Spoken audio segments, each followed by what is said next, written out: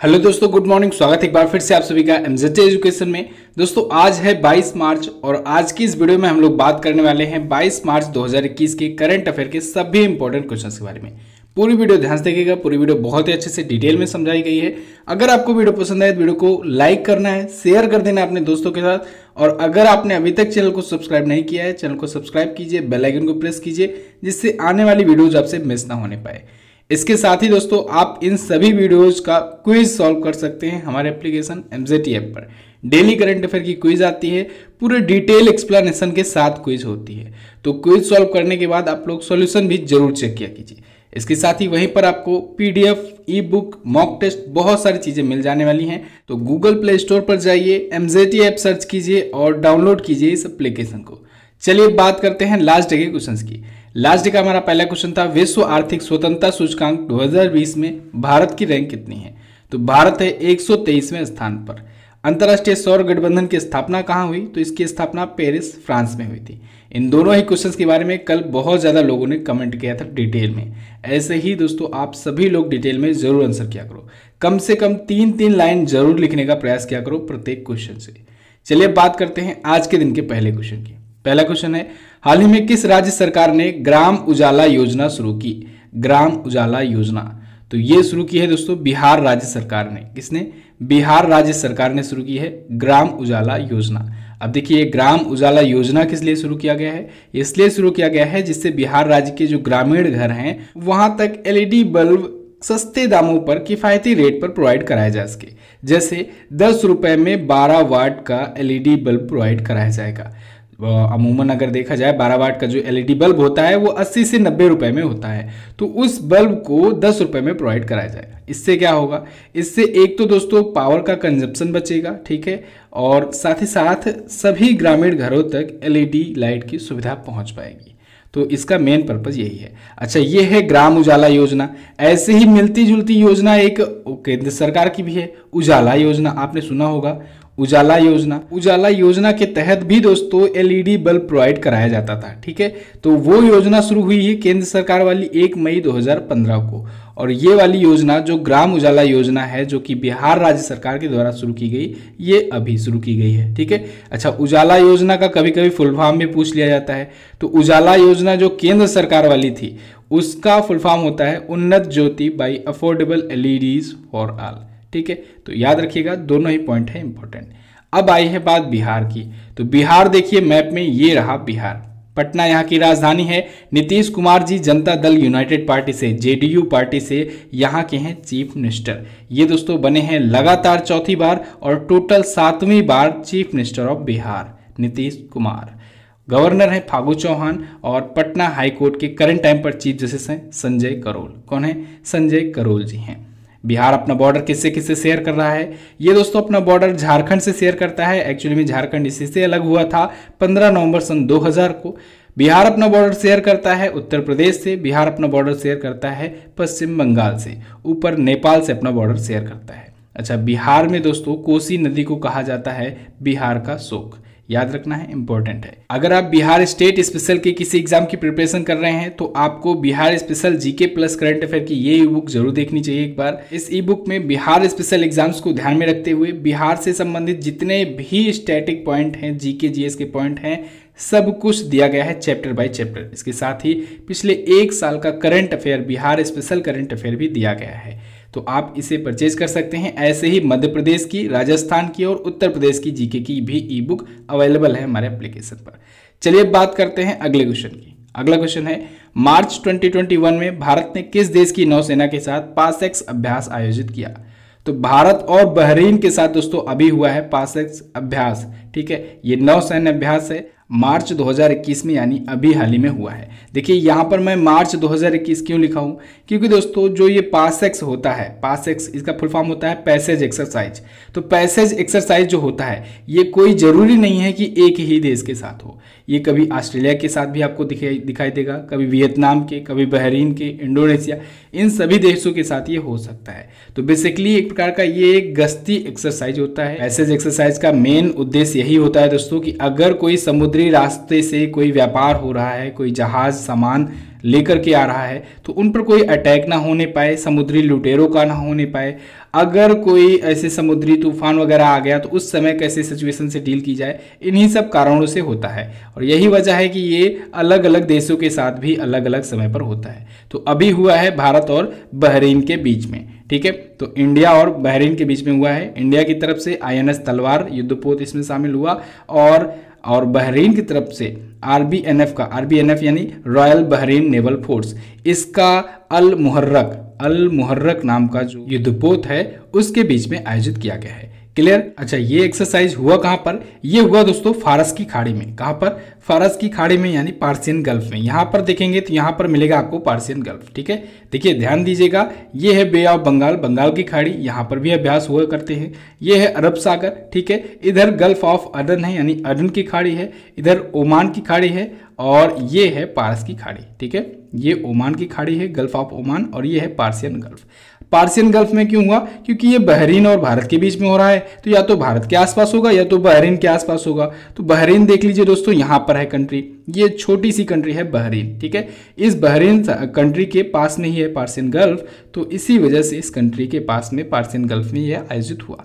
Bahrain की राजधानी होती है मनामा।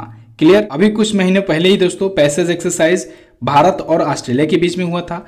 उसके बाद कुछ दिन बाद ही वियतनाम और इंडिया के बीच में हुआ था पैसेज एक्सरसाइज। अच्छा, आज दोस्तों 2020-21 में जितने भी महत्वपूर्ण एक्सरसाइजेज हुए हैं, सैन्य अभ्यास हुए हैं, इन पर वीडियो आ रही है। इस वीडियो को देखना मत भूलिएगा, शाम को 3 बजे ये वीडियो आएगी, ठीक है। तो इस वीडियो को जरूर देखिएगा। ये जो मैं दोस्तों टॉपिक वाइज आपको वीडियोस प्रोवाइड करा रहा हूँ, इनको आप लोग इनकी प्लेलिस्ट बना लो, एक अपनी प्लेलिस्ट बना लो। वैसे मैंने अलग अलग कैटेगरी वाइज प्लेलिस्ट बना रखी है, उन सब प्लेलिस्ट में जा करके देख डालो सब। ऐसा समझो कि आपने कोई पेड कोर्स खरीदा हुआ है और आपको इतनी बेहतर क्वालिटी कंटेंट के साथ दोस्तों किसी भी पेड कोर्स में भी वीडियोस नहीं मिलने वाली है।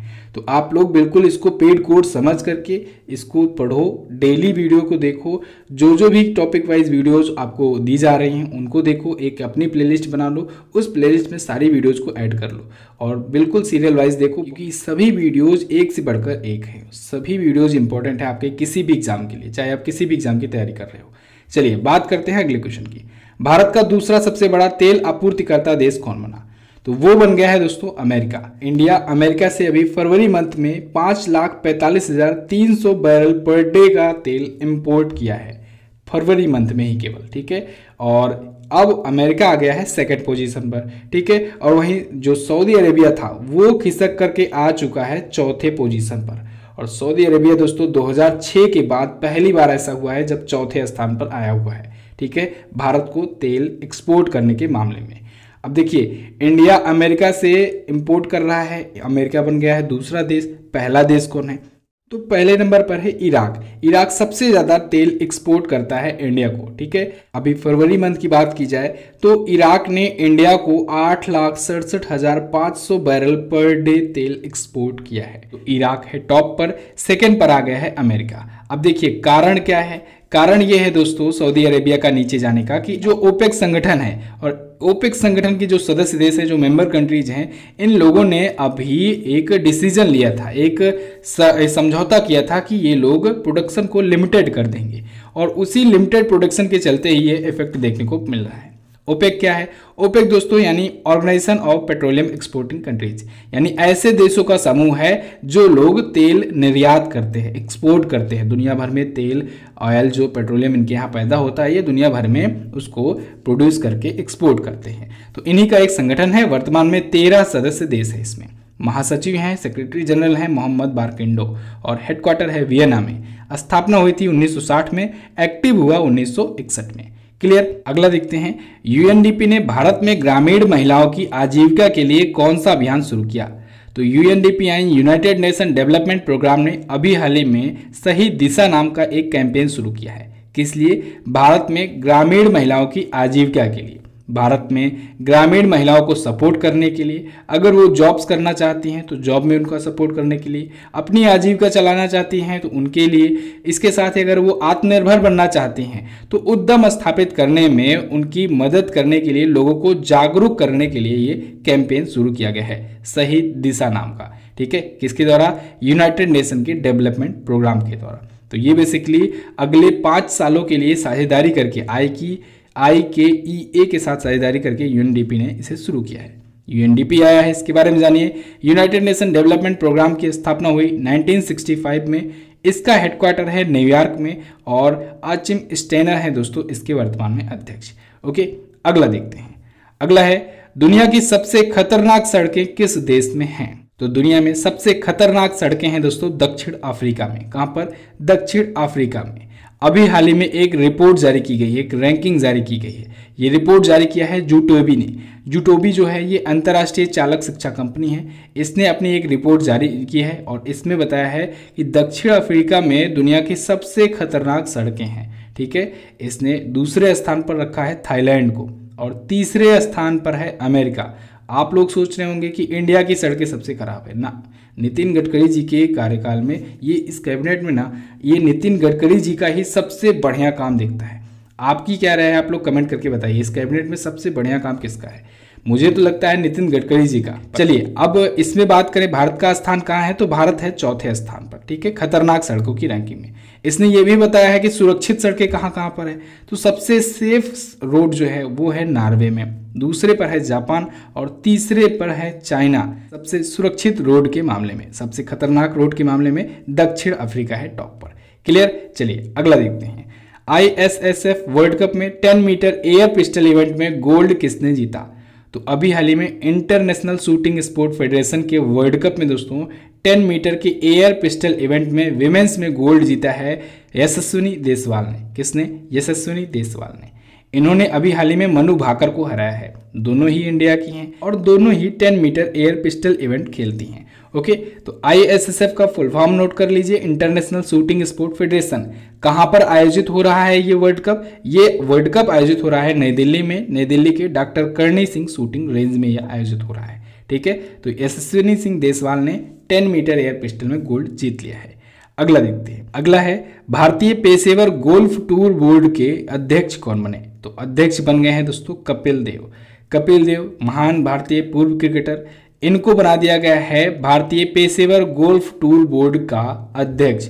ठीक है, किस लिए बनाया गया है? इनको इसलिए बनाया गया है जिससे इंडिया में गोल्फ खेल को, गोल्फ गेम को भी प्रमोट कर सके, इसको बढ़ावा दे सके, लोगों को जागरूक कर सके, इसके बारे में अवेयरनेस फैला सके, लोगों को प्रेरित करे इसके लिए। ठीक है, तो अभी हाल ही में PGTI ने यानी भारतीय पेशेवर golf tour, professional golf tour of India, इसने अभी हाल ही में कपिल देव को नियुक्त किया है। ठीक है, कपिल देव की कप्तानी में भारत पहला वर्ल्ड कप जीता था 1983 में, पहला क्रिकेट विश्व कप। दूसरा क्रिकेट विश्व कप 2011 में जीता था महेंद्र सिंह धोनी की कप्तानी में। अच्छा दोस्तों, ये भी पूछा जाता है कि कौन सा खिलाड़ी किस खेल से संबंधित है। ठीक है, तो कुछ खिलाड़ी हैं जो गोल्फ से संबंधित हैं, इनके नाम पूछे जा सकते हैं, जैसे राशिद खान, उदय माने, करणदीप कोचर, चिरंगप्पा, और ये सभी जो हैं ये इंडिया के खिलाड़ी हैं और गोल्फ के खिलाड़ी हैं। ठीक है, अच्छा राशिद खान से आप लोग कंफ्यूज मत होइएगा, राशिद खान का ही नाम का एक खिलाड़ी अफगानिस्तान का है, बहुत ही फेमस क्रिकेटर है। ठीक है, तो वो राशिद खान दूसरे हैं, यहाँ पर गोल्फ वाले राशिद खान की बात हो रही है।